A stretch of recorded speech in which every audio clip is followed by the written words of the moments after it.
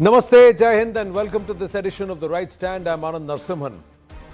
Viewers, as we speak, after Deepu Chandra Das, another Hindu youth, Amrit Mandal, alias Samrat, was beaten to death by Islamists in Bangladesh. That's the report that's coming out. The incident occurred last night in Pangsha Upazila. And according to the cops, Amrit Mandal was allegedly accused of extortion. Now, it's a resurgence of Islamism in Bangladesh. The Global Center for Democratic Governance report that CNN News18 has accessed here on The Right Stand states that the period following 8th August 2024 has marked a profound turning point in Bangladesh's internal security landscape. What was once considered a contained threat, violent extremism driven by radical Islamist networks has resurfaced with renewed intensity, exploiting political uncertainty, institutional fragmentation, and a shifting ideological environment. Now, the resurgence of banned Islamist groups like the Hizb ut-Tahrir, they are a symbol of growing influence of Islamist ideology, held open demonstrations, march for Khilafat, participants openly chant for a caliphate. Now, this indicates that it is more than a mere ideological revival. It reflects extreme confidence in operational freedom, defying bans. It also signals the erosion of state control. There's also the resurgence of banned Islamist groups like the Hifazat-e-Islam, an advocacy group drawn from the network of Qaumi madrasas, intensifying acts of and influence since August 2024. This entire transition period seems to have just emboldened them further. The clerics affirm hardline agendas, and there's a resurgence of banned Islamist groups like Jamaat-e-Islami. Previously banned leaders prosecuted for war crimes during 1971 all have been freed. Yunus lifting the ban in 2024 on this entire organization. He rehabilitated them, held one of their largest rallies, allowed them to hold one of their largest rallies in Dhaka. The student wing, the Chhatra Shibir, has a history of extremist recruitment. Then Islamist Dhaka risking this entire region is another question. Why? Because sanctuary for transnational terrorism. It also is using, right now, Bangladesh being used and is using Rohingya refugee camps as potential recruitment hubs. There's a spillover of insurgent movement across the frontier. And also, it threatens the security of Bharat's northeast altogether. There is also this entire threat that Myanmar and ASEAN states face. The entire subcontinental region could see an extremism spillover. Bangladesh is warming up to anti-Bharat forces. Cooperation agreements with China, Pakistan and Turkey. Improved relations with Pakistan. Diplomatic visits from high-ranking Pak officials. ISI deepening its connections with radical Islamists like the Jamaat. ISI-backed terror training camps on Bangladeshi soil. ISI handlers training Rohingya youth, cadre from terror groups. There is so much more that's happening in Bangladesh. And this is on a day when Tarique Rahman steps back in Dhaka after 16 long years. Let's go straight across to Sri Muhammad Ali Siddiqui, Secretary General of the Bangladesh Human Rights Watch. We also have Lieutenant General D.P. Pandey and Abhijit Iyer Mitra joining us, and hopefully in a short while we will also have Aminul Polash joining us. Dr. Anand Ranganathan also with us this evening. My namaste, Jai Hind, Vande Mataram to everybody. Muhammad Ali Siddiqui ji, first let me start with you. There is a rise in extremism. There are 43 terror outfits that are currently operating in Bangladesh. Most of these outfits were actually incarcerated, their leaders incarcerated. The Jamaat is on the one side, BNP on the other. Muhammad Yunus and his backers form a third grouping. What's the play here in Bangladesh right now, even as we see non-Muslims being targeted, be it Hindus, Christians, Buddhists, anyone? Ji. Yeah. Good morning from New York. Thanks for letting me to joining your wonderful event. As you mentioned, that Tarique Rahman entered to Bangladesh after 17 years. He was a fugitive, convicted felon. Lot of charges against him, including the 10 truckloads of arms. Hello, I can't hear you. imported to Bangladesh, and that cash was supposed to use for the terrorist and separatist of the Indian Seven Sisters, as you know. Afterwards, 2004, 21st August, attempted the grenade attack on the opposition leader Sheikh Hasina and the most senior leaders of Bangladesh Awami League. That incident assassinated 24 people, and more than 350 people were seriously injured by the grenade splinters. More than 100 people are paralyzed right now. He was charged. He's a character, especially Tarique Rahman, is a person of bribery. And 2008, I just want to give you the list of the activities he performed. That American ambassador, 2008, November 3rd, issued a secret, unclassified information to State Department to the US that he is a persona of non grata.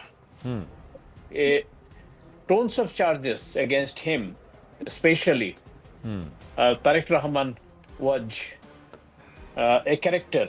They mentioned, I want to just put some, specifically terms: guilty of egregious, notorious for the flagrantly kleptocratic government and violent political character. So since then, 2008, Tarique Rahman never allowed to enter US or got any visa. He fled to UK, got a political asylum over there. Right. The lot of charges, because within time, the American company Siemens, he got bribes from there. All the investment, he asked for them that the 2% of all the businesses he should get. Any business come to Bangladesh. On that charges, two US officials, especially Linda Samuels, the deputy chief, and Deborah Lepravati, FBI agent, went to Bangladesh and they testify in front of the court. And the charges, in addition to that, Chinese company is named Harbin. He got bribes from there, the Chinese construction company, $750,000 US dollar, and shipped it to Singapore Citibank. All the charges, they more than 20 crore taka, got back from Singapore to Bangladesh Bank, Bangladesh Central Bank. List of the charges against him, and he was known to the people as 10% commission. So that person got the second highest position as the right after the Khaleda Zia. That he's the acting chairman or the vice chairman of BNP. Thankfully, after 17 years, maybe the people of Bangladesh forgotten all the wrongdoings by this fictitious character, and naming him as the next Prime Minister of Bangladesh.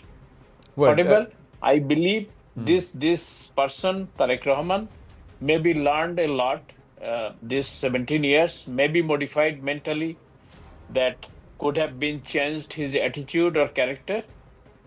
But in the meantime, lot of publicity came to the news outlets, especially online, that they are suspicious against this notorious Tarique Rahman might gonna turn into the country into the terrorist hub again, because he's supporting Jamaat Islami, the other terrorist organization, and the Islamist organization. Once he mentioned They were the Jamaat Islami, Chhatra Shibir, and the BNP and the Jatiyotabadi Chhatra Dal are the brothers, blood brothers from the same mother. That his quote. So I suspect that he could make an alliance with them again, and the ongoing atrocities, Right. the killings, the human rights violations, minorities and the indigenous people might gonna be targeted again. Right.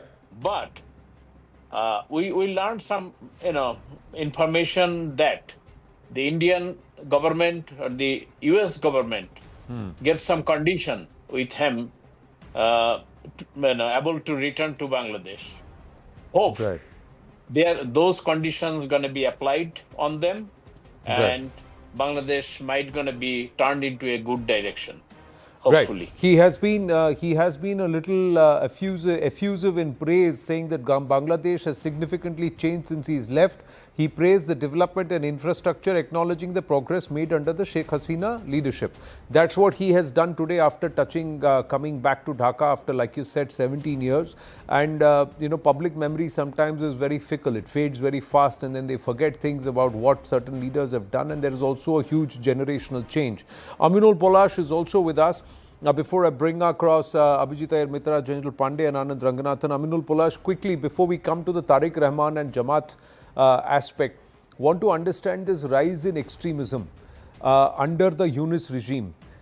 Although Dipu Chandra Das's killers have been arrested, the people who lynched him, but there are only 4 or 5 of them, whereas there was a mob of 100. There is a bombing in front of the Christian outfit. Now, Osman Shadi's brother says Yunus is the one who's gotten his brother killed. It's not India or Awami League, contrary to what was being influenced on social media earlier. What do you think is happening there right now? There is Yunus, there is Jamaat and the entire jihadi outfits, and then there is BNP. Good evening, and thank you to CNN18 for having me. Greetings to Anchor, the panel, and to everyone watching.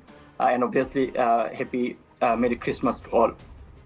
So, as you were talking about the targeted minority violence that have been structured for last almost half a year during this illegal interim regime, the Dipu Chandra Das incident is not the single incident or an identical incident. We have seen over the last 18 months same type of incidents frequently, and it's not started very recently. I can tell a specific incident when it started, when in 5th August 2024, when the mob attacked Baniachong police station. Yeah. So at that time, you can remember that army present there, they rescue all other police officer and police staffs, but they handed over one police officer named SI Santosh Chaudhuri to the mob, and they lynched her and hang her body in front of the police station for long 3 days. So that was that horrifying incident started right after that regime changed, and it has been continue over last 18 months. So from Dr. Yunus' part, what we have seen, categorically denial of every incident. If we see the data, recent data, from August 2024 to June 2025, there has been more than almost 2,444 incidents of communal violence across the country. In response to this Yunus regime continuously told that these are media fabricated.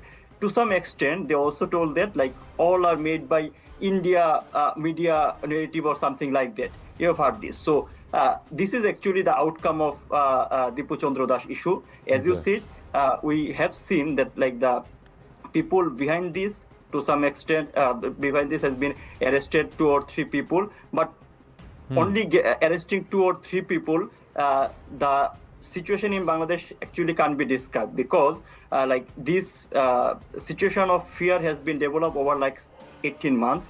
Right. We some news has been coming from the light whenever media has been talk about that, but most of the cases what we find that series of incidents over the country. We know the name of Dipu Chandra Das, but not all of us know the name of Gopal Bishwas. He was a mere rickshaw puller, a Right. man of Jhinaidah. He was attacked because there was a red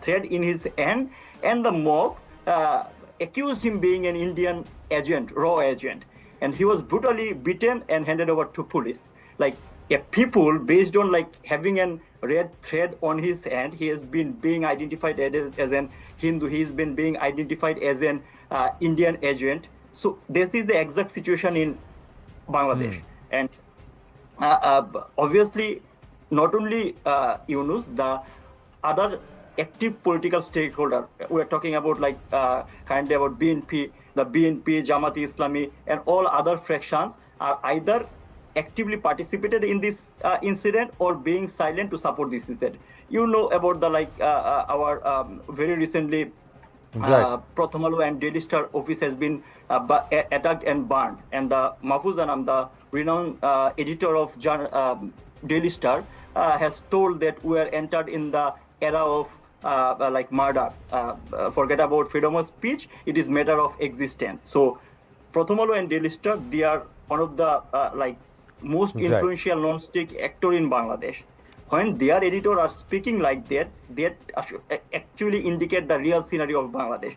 But the problem is now, whenever Prathamalu and Daily Star they got attacked, they are talking about these issues. But whenever the Awami League activists, whenever the people based on their religion, people based on their political ideology has been attacked for last long 18 months, we have seen even Prathamalu, Daily Star being the leading pioneer journalist of Bangladesh, they remain silent. They thought that like this mob violence could be targeted only to Awami League people or to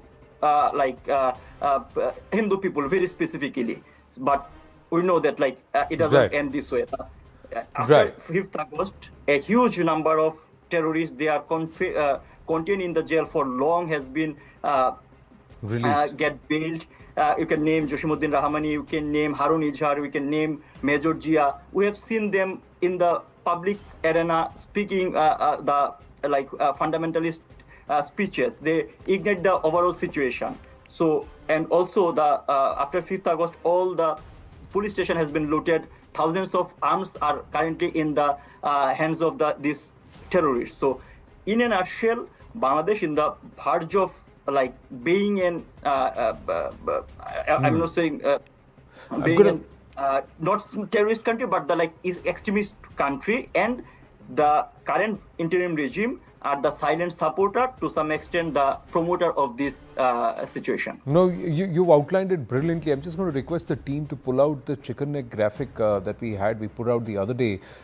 Purely reference to understand the exposure that Bharat has to various sides of Bangladesh. There are 64 districts in Bangladesh, of which Abhijit Iyer Mitra, General Pandey and Dr. Ranganathan, along with our guests from Bangladesh and who are joining us from different portions of the world because they have had to flee the country. It's that these tanzeems, there are 43 jihadi tanzeems who are currently on the loose and having a free run within Bangladesh. And they are not going to operate in Bangladesh. Their attentions are directed towards Bharat, towards the Bengal side, towards the Siliguri corridor or Chicken's Neck, towards the northeast, different states. Now, if you look at the various states, see Meghalaya, Tripura, Assam, then there is the Sikkim region and Bengal region. All of these tanzeems operate in different corners, and they are only going to spread outward and try and create action into Bharat. The common thread between all of them, these rioters, etc., and these entities, except for perhaps as of now Tarique Rahman and the BNP, but if he's in bed with the Jamaat, then he endorses that, is the fact that they all believe in the concept of East Pakistan. The Jamaat believes, and correct me if I'm wrong, General Pandey, the Jamaat aligns itself, the Jamaat in Bangladesh aligns itself with the Maulana Madudi's JUI in Lahore. And they believe that that's their real headquarters and that's where they would want to align. So the only thing that is deterrent to them, or they would want to draw a parallel line, is to try and occupy that entire road, the national highway, which was earlier called, which was built by Sher Shah Suri from Peshawar to Patna. You know, General Pandey. Yeah. So 1971 was not what Jamaat wanted. Bangladesh was not what Jamaat wanted or the Razakars wanted. And they have waited very patiently to create the situation when the time comes and the opportunity comes, both within their country, the new country, and of course in the fringes along the Bangladesh into our territory as well. And the situation, security situation today is surely very, very difficult and tense, right?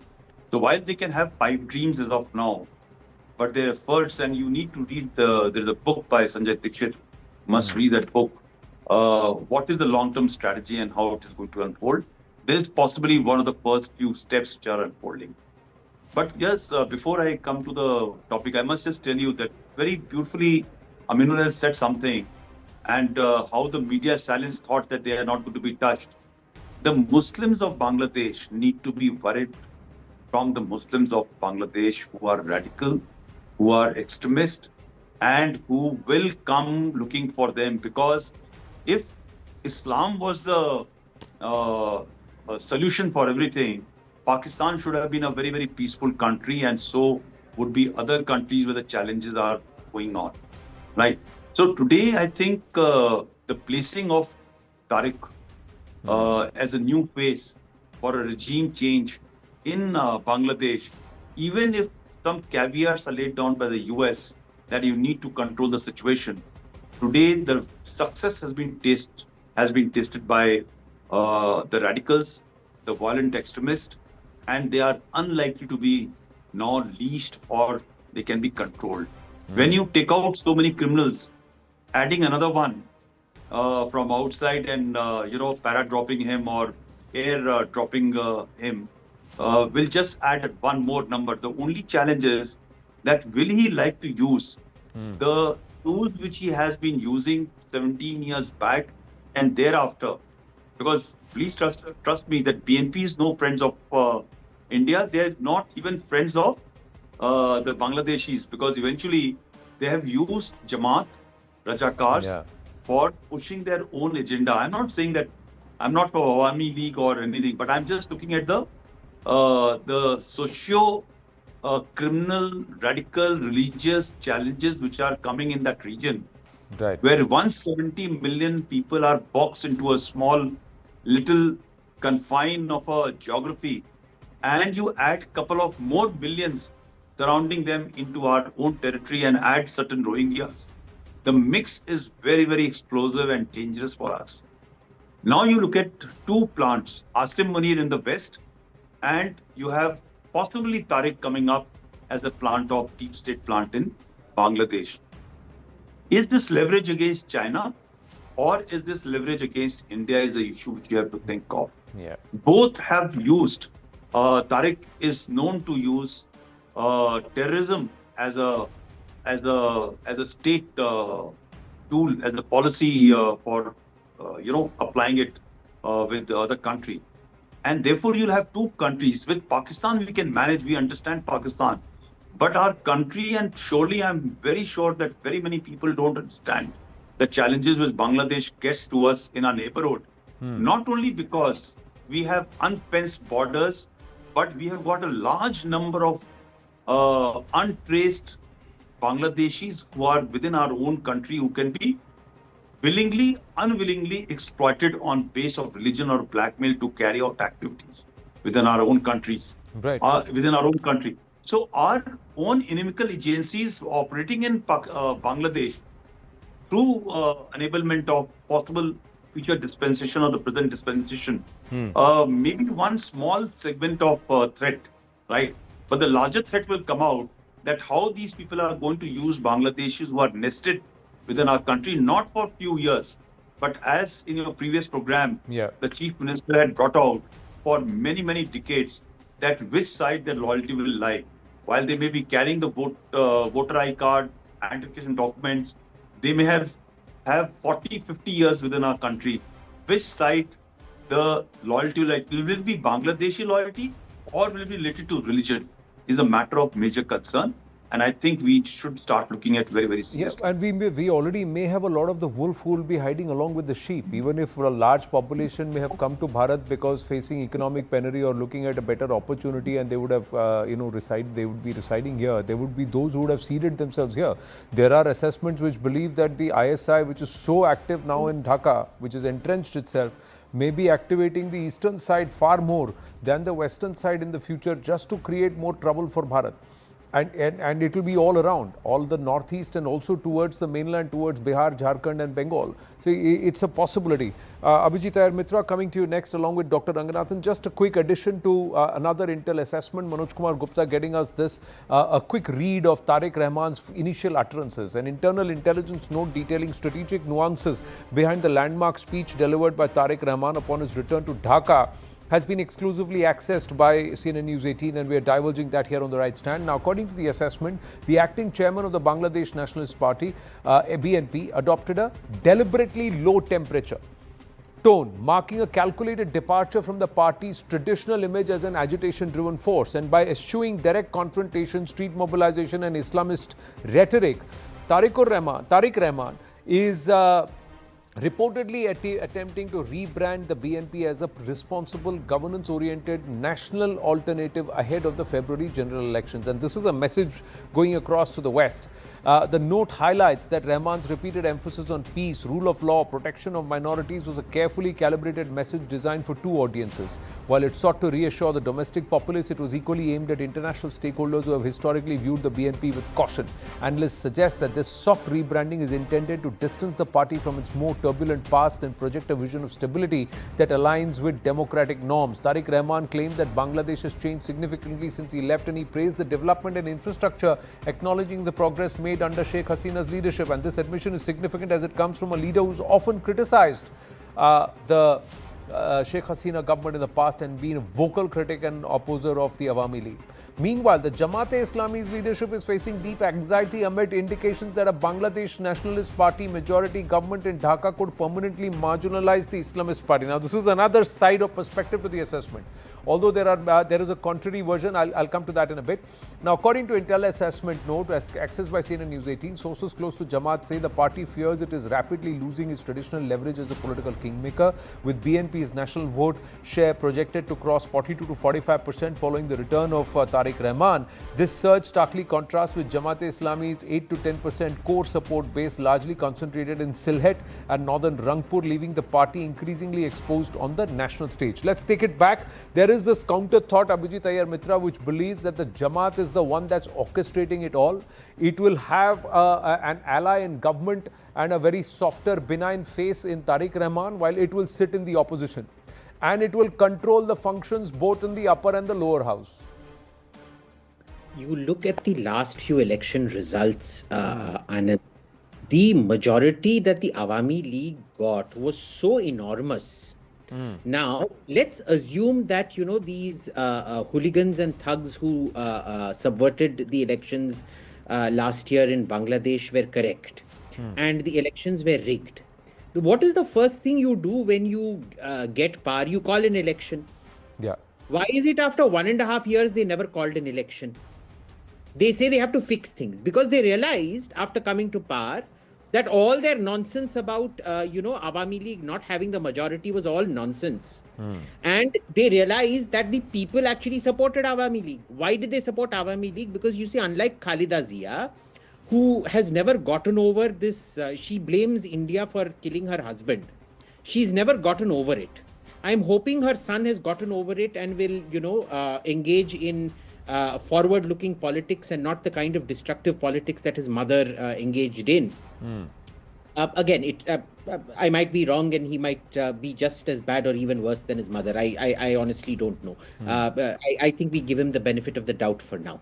But Mohammad Yunus and co realized that it was very, very clear that any election held, the Awami League would sweep again and again and again, because their entire record was one of delivering unprecedented growth to Bangladesh, to the point where Indian members of parliament and the intelligentsia were saying, why will anybody from Bangladesh come to India? Bangladesh has higher living standards, higher health care, this and that, etc., etc., right?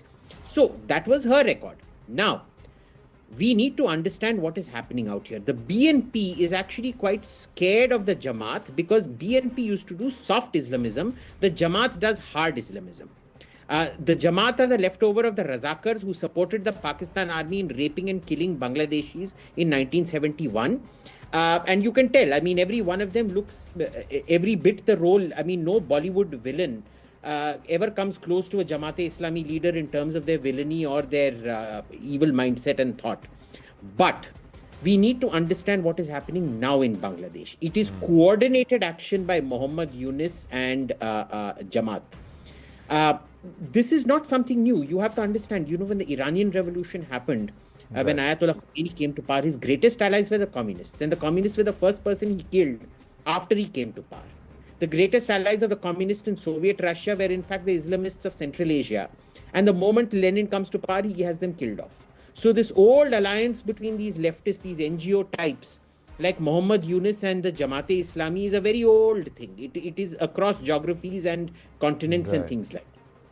Now, what they are doing is a choreographed ballet in order to see to it that elections are not held. Remember, Muhammad Yunus never wanted these elections. Nobody in his pathetic so-called coalition wanted these elections because they all know they're going to go to jail for coups after this. So what they want to do is they want to postpone these elections. The only reason they had these elections is because the army put its foot down and said, you know, the Bangladesh army is not like the Pakistan army. Unlike the Pakistan army, which is, you know, a complete rogue organization, state within a state, the Bangladesh army actually has its loyalty to its own country and not to itself. So they forced Muhammad Yunus to have this election.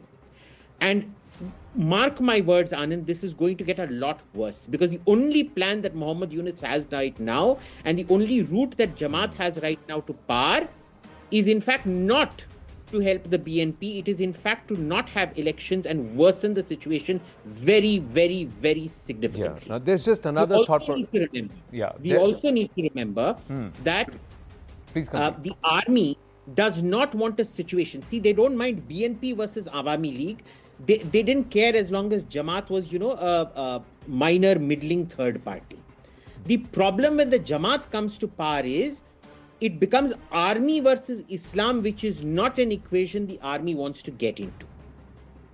So nobody, not the BNP, not the Awami League. Now, I can't speak for Tarique's political acumen. He may not have it or he may have it. Maybe his mother's mistakes have made him wiser. I don't know. But these guys are no friends of the BNP. I hope the BNP realizes it. They may not realize it. Okay, now this is another assessment. The assessment is that the Jamaat does not want power right now. The Jamaat wants to create an atmosphere while being in opposition that 5 years, 4 years, 5 years down the line, when the next election happens, the only singular choice the people of Bangladesh have is an Islamist-driven Jamaat. And at that time, Tarique Rahman will be just disposed of like a fly just around you, or how you'd flick it off. So that's the way he will be flicked away at a time when this will happen. And Tarique Rahman cannot at this point in time, and my limited understanding of what's happening in Bangladesh is that Tarique Rahman cannot be propped up, or Muhammad Yunus could not have been propped up had the Jamaat-based management or the institution not helped them set up.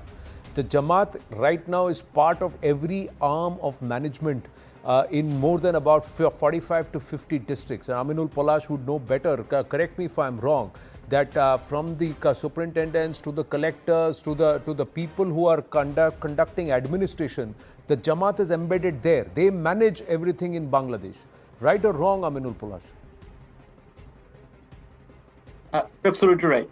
Okay, so if that's the case, then the Jamaat doesn't need to be in government. They just need a pawn, a benign face, an alternative beyond Sheikh Hasina, and that's what Tarique Rahman is. And there is now the whole thing is broken down into upper house and lower house. Now the upper house nominations is based on the percentage of votes that you get. Now you see the people who get nominated to the upper house by the BNP if they come to power. And if a lot of them have Jamaat leanings, then the Jamaat is sitting in both in government and opposition, and they are going to influence every thought process. In the long run, this is Bharat's challenge, Dr. Ranganathan, and I thank you for your patience. You know, Not at all. Not at all. in the long run, what does it all mean? That means one, moderate Muslims or sensible people, secular Muslims in Bangladesh have a tough time. Nazneen Muni, when I was speaking with her yesterday, she said, I am disturbed as a Bangladeshi. And there are many like her who are currently disturbed. They do not know which way this nation is heading. And that means it's far more disturbing for us, because it's all going to boil down around our borders, sir. And into us. We have multiple humanitarian and security concerns looming large in front of us right now. Absolutely, Anand. And it was worth the wait, because I'm listening and it's been a fantastic discussion, and I speak here purely as a layman. But I need to say 3 or 4 things. I don't know why we revel as Indians in repeating failed experiments. And I'm not just talking of socialism. I'm talking of, how we deal with our neighbors, especially who are enemies of ours. Why don't we repeat successful experiments? After 70 years, we finally come to a conclusion where we have a successful experiment in the way we have dealt with Pakistan in recent years. By dealing, I mean we have nothing to do with it. Let us look at the worst case scenario of Bangladesh. It will go exactly the way as Pakistan has. Now, the way we've been dealing with Bangladesh is we are risking trying to prevent the trouble that would confront us in immediate future or in the near future by cooling down Bangladesh, the insurgents within Bangladesh, having a mollycoddling approach. Oh, you deal with this, you deal with that. We don't do that with Pakistan anymore, because we know that these are jihadi elements right now, and even if they go, you will have at worst Khalida Zia, who was antagonistic towards us, and at best you might have the Awami, who would also have a large infiltration of jihadi elements, as was the case in Pakistan when we saw that there are parties that had quote-unquote moderates. They've been completely infiltrated because the environment is such. So can we stop taking this risk and completely deal with Bangladesh exactly like how dealing with Pakistan? Now, 2 things. If we have to do that, number 1, we have to take back all Hindus from Bangladesh. There are about 12 million. We can accommodate them, so that Bangladesh loses the leverage which even now, sadly, Pakistan has. Number 2, do we realize that while we have only 3,200 kilometers of border with Pakistan, much of it is terrain-wise inhospitable. We have a terrain-wise quite hospitable border, which is 1,000 kilometers more with Bangladesh. And not only that, not only is it porous, not only it is heavily habitated, it also, we have a situation where we have, by most accounts, even government accounts, 20 million illegal Bangladeshi immigrants. Now imagine a situation where Bangladesh and India are at war. You saw what happened yesterday. We have Indian legislators who are threatening the army from setting up a camp at the chicken's neck. We cannot afford it. We have to treat Bangladesh exactly like how we treat Pakistan, but we have to make sure that the border is as sealed as Pakistan's is. We have to make sure all the Hindus are with us. And then we don't care what happens there. Let's not try and placate the internal Bangladeshis, even if they might be coming seemingly moderate out there. Good luck to them. Deal with your country. We would have nothing to do with it, like we have nothing to do with Pakistan right now. But that's not an easy position to take. That's not an easy position to take, especially We have because to be prepared. Yeah, no, that's not an easy position to take. It's not an easy call to make, because 1971 Bharat had a role to play in the liberation and to ensure the success of the moderates and those who wanted to look, who had a different outlook. So it's quite complex. It's not easy, but the biggest challenge is right now what happens with the Awami League and Sheikh Hasina. So, Mohammad Siddiqui ji, final word. I'm over time on this, but quickly, I just would like your thoughts. What happens with Awami League and Sheikh Hasina over the next 4-5 years?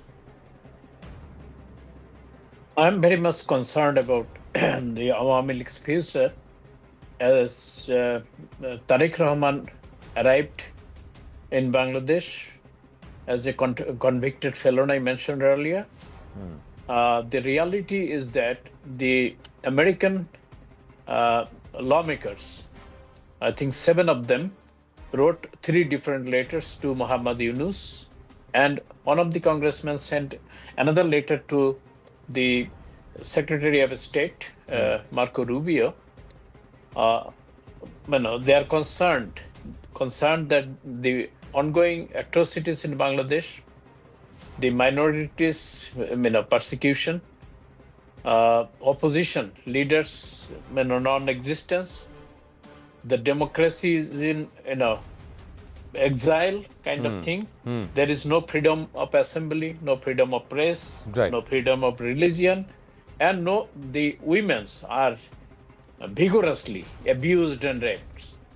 So those are the things they concerned about an upcoming election. If their letters mentioned that inclusive election should be held on next February and participatory, free and fair. So there is no sign was given from the interim administration on that issues.